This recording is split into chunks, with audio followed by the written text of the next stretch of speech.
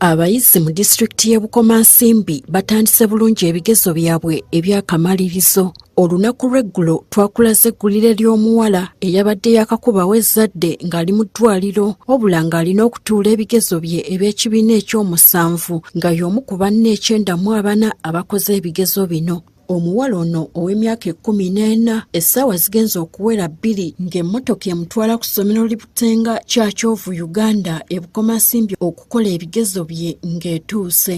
Ono azze n'ezzadde lye wabula nga waliwo alimusituliddeko wabula yatubuulidde nga bw'ali omumalirivu okukola ebigezo bye. Neeteeseteese bulungi okukola ebigezo byange ebip7 mbiyite bulungi era nsuubira okukola second grade nkamwana abanyange. Twawandiisa abaana 95 omwana omu n'atufaako 94 mwe tulina ne yasumulukuse.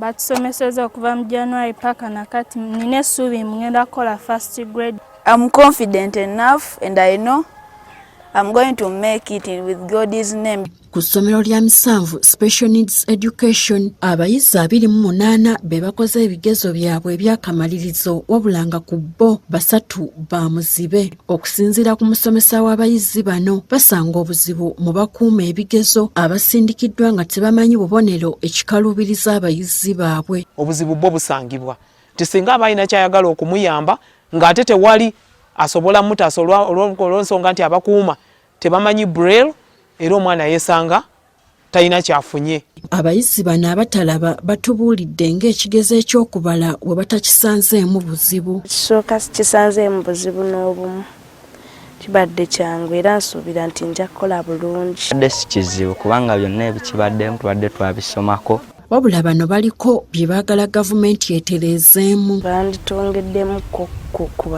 kale kubasomesa abandiyongedde okuyambako ku baana abaliko obulemu abakozesa braille.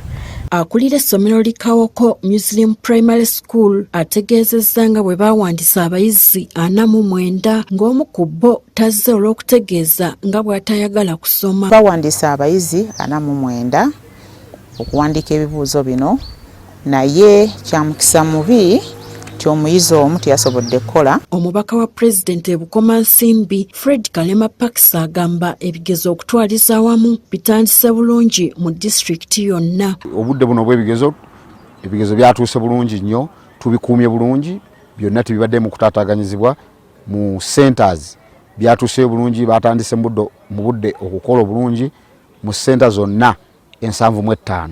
Abayizi 1441 be batudde ebigezo byabwe ebyakamalirizo e Bukomansimbi mu bifo 75. Gertrude Mutyaba agafeeyo ku Spark TV.